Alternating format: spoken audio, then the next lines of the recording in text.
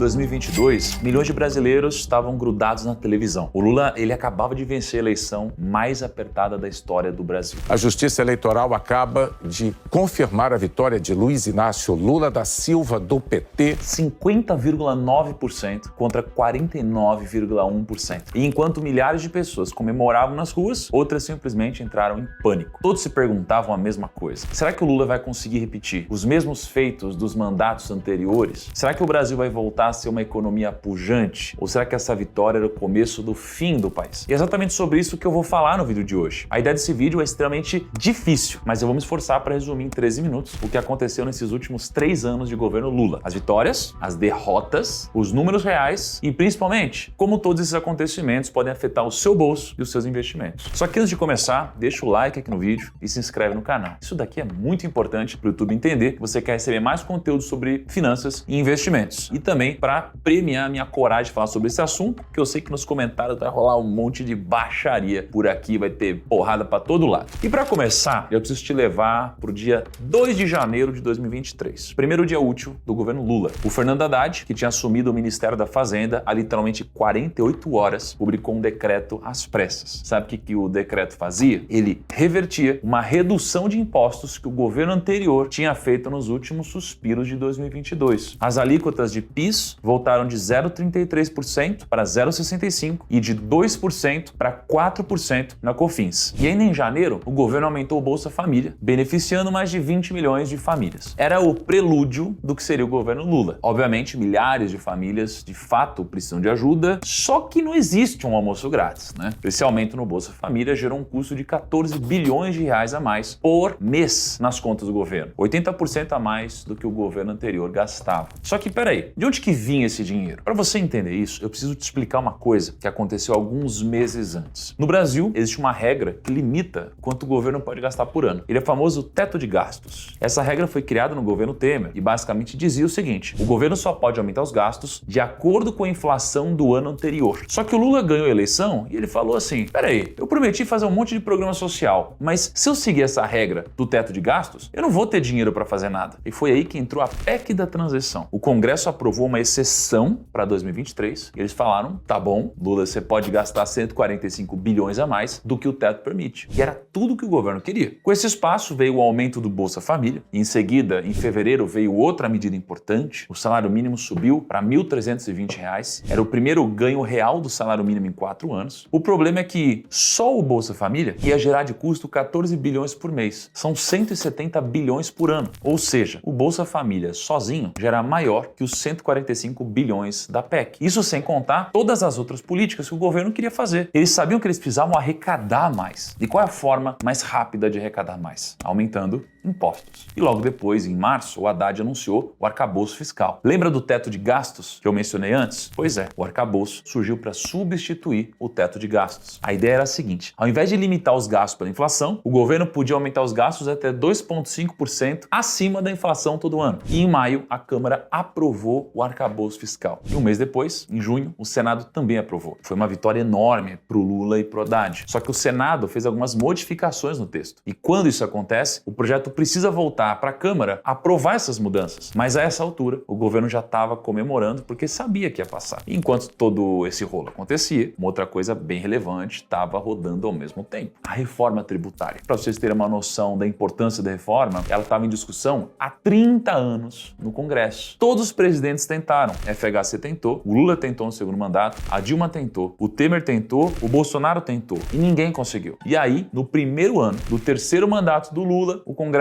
finalmente aprovou a reforma tributária. Basicamente, o sistema tributário brasileiro é uma bagunça completa. Hoje a gente tem 5 impostos diferentes sobre consumo: PIS, COFINS, ICMS, ISS e IPI. Cada um com as suas regras, as suas exceções, as suas alíquotas, que são diferentes por estado. É tão complicado que empresas gastam bilhões todo ano só para calcular quanto que elas precisam gastar de imposto. E a ideia da reforma era acabar com esses 5 impostos e criar 2. O CBS, a Contribuição sobre Bens e Serviços, que é federal, e o IBS, o Imposto sobre Bens e Serviços, estadual. estadual e municipal. Esses dois impostos vão funcionar no modelo IVA, que significa Imposto sobre Valor Agregado. Por mais que facilite o sistema tributário, ele tem um problema. O IVA provavelmente vai ficar em 28%. Isso pode fazer do Brasil o país com a maior carga tributária sobre o consumo do mundo. No segundo semestre, o Banco Central cortou a Selic de 13,75% para 13,25% e era o primeiro corte em 3 anos. O governo lançou o novo PAC, que é o Programa de Aceleração do Crescimento, com a promessa de investir 1,7 trilhão até 2026. Em agosto, o Lula sancionou o arcabouço fiscal. O teto de gastos tinha oficialmente acabado. E aí depois vieram mais cortes na Selic, caiu até 11,75%. E no final de 2023, a reforma tributária foi aprovada no Senado. Em dezembro, ela foi promulgada. Oficialmente aprovada. Algo histórico no Brasil. Em novembro, foi aprovada a taxação de fundos exclusivos e offshores. E no finalzinho do ano, foi aprovada a taxação sobre subvenções de ICMS. Tudo isso para tentar arrecadar mais e cumprir a meta fiscal. Até porque o governo tinha dito no começo do mandato que ia terminar 2023 com um déficit zero, ou seja, sem gastar mais do que se arrecada. E bom, como que 2023 terminou? O PIB cresceu 3,2%, um pouco acima do ano anterior. O desemprego caiu para 7,8%, 8,7 milhões de pessoas saíram da pobreza, segundo o IBGE. A inflação fechou em 4,62%, dentro da meta do Banco Central, e o Bovespa subiu mais de 20% no ano. O dólar caiu 8% e, por incrível que pareça, estava abaixo de 5%. Muitos dados bem positivos por aqui. Por outro lado, o governo gastou 230 bilhões a mais do que ele arrecadou, mesmo com vários aumentos de impostos. E a gente fechou o ano bem longe da meta de déficit zero que o Haddad tinha prometido. Com isso, a gente chegou ao fim de 2023. Mas que forma melhor de começar um novo ano se não aumentando a arrecadação da máquina pública? Em janeiro de 2024, a gente teve mais aumento de impostos, PIS e COFINS sobre diesel, biodiesel, gás de cozinha e painéis solares. Eles precisavam de dinheiro para implantar a agenda deles e eles precisavam de arrecadação. E eles decidiram mexer num belo de um vespeiro. No meio do ano entrou em vigor a taxa das blusinhas. Então, compras internacionais de até $50 passaram a ter 20% de imposto de importação. Somando com o ICMS, a carga tributária chegava em 45%. E o resultado foi imediato. Primeiro, que isso pegou mal para o governo. Segundo, que a própria Confederação Nacional da Indústria disse que 29% dos brasileiros desistiram de comprar em sites internacionais por causa do custo com o imposto das blusinhas. O clima ali entre o presidente Lula e o Roberto Campos Neto começou a esquentar. Em junho, o Lula disse que o presidente do Banco Central tinha lado político e trabalhava muito mais para prejudicar do que para ajudar o país. O governo começou a usar esse discurso porque depois de uma série de cortes na Selic, os nossos juros voltaram a subir. Muita gente começou a espernear, dizendo que esse aumento era dinheiro que saía de educação e caía direto nos cofres da Faria Lima, mas a verdade é que a alta da Selic era uma resposta para a escalada do dólar naquele ano. O dólar que tinha fechado 2023 em 4,85 já estava passando dos R$6. Então o Banco Central subiu a taxa de juros. Era mais uma derrota para o governo. Uma Selic mais alta significa uma economia mais travada, pessoas consumindo menos, empresários contratando menos. Nenhum governante quer isso. Só que os dias do Roberto Campos Neto estavam contados. Ele foi indicado pelo Bolsonaro em 2019 e só ficaria como presidente até 1 de janeiro de 2025. No final de 2024, o Lula e o Haddad anunciaram um sucessor do Campos Neto, que é o Gabriel Galípolo, e todo mundo esperava que o Galípolo tivesse uma política monetária um pouco mais flexível. Mas ao invés disso, ele acelerou a alta dos juros e a Selic subiu até 15% em junho, a maior taxa em quase 20 anos. E por quê? Porque a inflação tinha furado o teto da meta. Como de costume, todo ano que a inflação fica acima da meta, o Banco Central emite uma carta aberta explicando tudo que impediu o Brasil de controlar melhor a inflação. E nessa carta, o BC explicou que o IPCA fechou 2024 em 4,83%, acima do teto de 4,5%, por causa de 3 coisas. Primeiro, preço de alimentos que explodiu, principalmente carne e café. Segundo, o dólar que disparou, isso refletiu na economia. E terceiro, o mercado de trabalho estava aquecido, isso pressionou salários e consumo. Afinal de contas, o desemprego estava no menor valor da história. Esse foi o ano de 2024 do Lula, o seu segundo ano de mandato. O PIB continuava crescendo mais de 3% e o desemprego estava nas mínimas. Mas foi um ano com um pouco mais de derrotas. A taxa das blusinhas prejudicou o consumo e a popularidade, a Selic voltou a subir, o dólar disparou, a inflação estourou a meta e o pior de tudo, o déficit primário foi de 68 bilhões. Mas nada, absolutamente nada, se compara ao que aconteceu no dia 18 de dezembro de 2024.